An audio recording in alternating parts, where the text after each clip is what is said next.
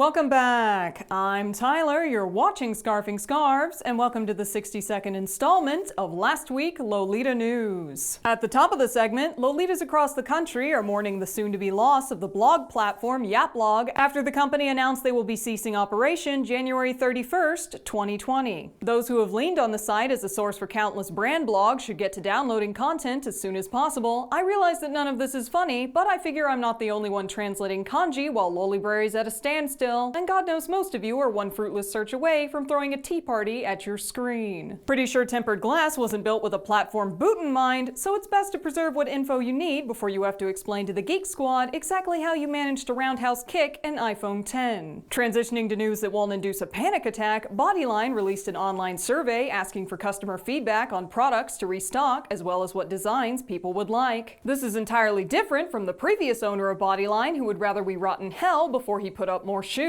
And here's hoping the new owner's interest in hearing what the community wants will result in people actually being able to buy things instead of holding the stock hostage until a suitable waifu is found and placed on the sacred couch to the delight of a sentient top hat. The fact that that last sentence would make any sense to Lolitas is disturbing at best, but at least Bodyline's in new hands now, and we can all move forward knowing we'll never have to watch a mail-order bride/model contest ever again. Transitioning to social news, Facebook group Ruffle Chat saw a question asking if it was okay to break certain Lolita rules in order to accommodate a disability, in which the OP had suffered a near paralyzing injury and found typical Lolita shoes lacked the support and comfort they needed to walk. Which it's sad that that question even needed to be asked in the first place, but in the interest of addressing the people who have hesitated on wearing the fashion for similar reasons, I have to say that your physical well-being comes first. Disability aids are a necessity, not an ornament, and there is a big difference between someone not wearing proper shoes because they have Cheez-Its for a brain and someone with physical needs that won't be met if they forgo their proper supports. For example, no one in their right mind would expect you to wear a massive petty in a wheelchair, nor would the Lolita police jump out of the bushes if you need to use a cane. They've got their hands full with a 5 Nekomato pileup on I-35 anyway. And if anything, wearing Lolita with your supports only lends further visibility to the fact that this is a fashion for living, breathing people of all kinds to wear in their daily lives. You don't need to be a perfectly photoshopped model to wear this fashion, and given the overwhelming support of the comment section of OP's post, I'd say you have a 99% chance of the community starting a frilly riot if anyone tries to give you guff over a fracking disability. I'll roast marshmallows on the fallout, and as that about wraps up the week, and nothing else of note occurred, we turn towards last week Lolita News' next special segment, wherein this reporter tries to keep her sanity, fails, and resorts to expletives as a form of physical therapy. Why pay for a psychologist if you can just scream fuck at a computer screen? Welcome to Sissy Defense Squad Throws a Shit Fit, and it all started in Lolita humor. Specifically with this image. And for those of you who couldn't make sense of the roughly 5 pixels included in the picture, the post is a shot of a man in a blow-up lady suit sporting a negligee with a facial expression that roughly translates to, "I will definitely be violating this later." 10 out of 10 chance he's already defiled the air plug. And frightening concept aside, as this post came with the text, "Sissies be like, is this Lolita?" it amounted to a completely accurate expression of cathartic humor. Which is too many words speak for the Lolita community deals with sissies far too often and desperately needs to let off steam. A concept that proved entirely foreign to some single-celled organisms masquerading as human beings because there were exactly 3 incidents of absolute frackery, and I need to tell someone before the left hemisphere of my brain collapses under the trauma. Enter Bertha the Blowhard and a post that must be read verbatim. So, the overwhelming majority of people were enjoying a cathartic joke, and don't bash people because you don't agree with their lifestyle. That's not very Lolita of you. When did this group become a bunch of people judging others and being mean? Which, first, the fact that she thinks Lolita is a personality trait is delightfully tragic, but does make me wonder if she huffs paint for a living. And second, she's not done because she then turns on a commenter with an anthropomorphic profile icon to say, "You're a furry, you should get it, people hate those too." To which I have to say, no, those two things are not equal at all, and the day this community comes under assault from a horde of furries is the day that sissies have communally died from satin poisoning, and a misinformation campaign is purporting that Lolitas are stockpiling all the luxury shag. She then follows that up with trans rights, y'all, meaning that in what must be the leftover remains of her brain post a tragic accident with a meat cleaver and some bleach, this woman believes degenerate sissies to be related to trans women. A concept that is absolute horseshit, a statement that is backed up the very moment you look up the definition of the scourge that haunts the EGL community, i.e. a sissy, also also known as a man who dresses in women's clothing to satisfy his humiliation boner because he thinks dressing like a woman is humiliating, otherwise known as a state that doesn't correspond with trans women, because why in the devil would women find dressing like a woman fracking embarrassing, Bertha, you puffed up overwatered weed of a sentient potted plant. She then cries about being harassed by people who were decent enough to call her on her shit, says she'll tell the admins on them, and flounces after blocking several sane people, with her final words being, enjoy your blocks since you don't support alternative lifestyles. I'd be impressed with the level of batshittery if it weren't for the fact that the alternative lifestyle she's referencing constantly steals Lolita photos to write their disgusting sexual fantasies all over them. These include photos of minors, and given the amount of unwanted dick pics this community has experienced at the hands of men who should have been culled via electroshock before they could inflict their presence on womankind, I am more partial to hoping Bertha finds the off button on her cell phone and the 2 brain cells left in her skull can't figure out how to turn it on again than I am to dealing with watching a mental Neanderthal try to produce a thought. And that's not even the worst of it, because a second contender rose up after Bertha bounced. We're going to call them Von Dumbass. They have the same initials as venereal disease on purpose, and their first post was just as desirable, with them imparting, I have never seen so much kink shaming on one post. Dear Lord, all of you people shaming people for kinks are messed up. Now, if you overlook the massive sign tacked to the back of their head that says doesn't wear Lolita and or hasn't been in the fashion the 2 seconds it takes to realize that sissies have plagued this community, not unlike the clap, you might think that VD here must have missed the memo. Maybe no one's told them that the group they're trying to defend has committed enough crimes against frilly kind to be sent down a wood chipper coated in hot sauce. Maybe, just maybe, they're out of the loop. A concept that would be entirely understandable, even defensible, if it weren't for the unfortunate circumstance that this is the Lolita humor group for Lolitas, and people that don't get the joke should probably go swallow a jumping jack before they consider it a good idea to open their slack-jawed mouths to produce words. Von Dumbass would make better use of their time licking a telephone pole, and they are also not done, because they follow up that shining testament to below average intelligence with, not all sissies are like the few people run into. I know 2 that are outright respectful. It's kind of like grouping humans, basing them off a few people like they did with the blacks, just saying, learn about the kink before shaming it. Shame the people who are doing the creepy part of the kink, not random people that you don't know. It looks childish and makes you look mean and rude. You're the nasty people. No, you are not suffering a bout of detached sanity. This person really did just try to defend sissies by saying he knows a sum total of 2 that aren't complete disasters, moved on by trying to defend said sissies by comparing them to the plight of black people experiencing racism, apparently thinks using the words the blacks is at all acceptable, and ended their long-suffering paragraph by trying to chastise Lolitas for their reaction to disgusting sexual harassment, saying our community looks mean and rude and they are the real nasty people. Don't think I've missed that they started their rant with not all sissies. I can't say I'm surprised given the amount of victim blaming reeking from their sentences, and Zul knows anyone who thinks saying the blacks in the year of our Lord 2019 is very likely too far up their own ass to see shades of anything else. That said, this verbal venereal disease wasn't done talking, because they continued that thought by saying next you're going to be saying DDLG and BDSM are nasty kinks, and the half of the commenters that managed to take them seriously as a person lost their minds post-winning degenerate bingo. Side note, BDSM in general isn't the problem, but DDLG can jack off with a blowtorch and I won't lose an ounce of sleep on it. He then followed Bertha's example by trying to compare the presence of a furry in the comments to the hordes of panting satin fuckers that sissies represent, is shot down because, again, furries are not the issue, and launches into another paragraph that I won't subject you to because my brain can only take so much stupid in one sitting. The play-by-play was essentially only shame people who do the quote creeping and nastiness, something about the plight of innocent degenerates, someone please think of DDLG, and ended it with, we should all think of the poor sissies who wear disgusting sissy stuff in private because their fifis are super fragile and obviously come before our own comfort and safety as a community full of non-consenting parties and minors. Okay, I added that last part, but someone had to put the sissy apologist in proper context or I was going to lose my shit at a passing pedestrian. They then transition into saying, learn about the fetish life world please, you're uneducated, which I have to pause on because this just takes the ever-loving cake. Hey minors in a completely non-sexual bisexual J-fashion community, Von Dumbass wants you to study up on preverts. Because it is totes your responsibility to look into the rancid sex lives of fully grown men so that you don't hurt their feelings. Because that's a thing the BDSM community would totally be okay with, right? Demanding that non-consenting parties go out of their way to subject themselves to a fetish that specifically harms their community, a fetish that has targeted children and adults alike, a fetish that in no way corresponds with EGL in any way. I'm not surprised to learn that the sperm that should have hit the back of their mother's head doesn't know jack shit about BDSM either. But in the very least, we can all take pleasure in watching them try to call someone else uneducated while using the wrong goddamned your. Is it a petty pleasure?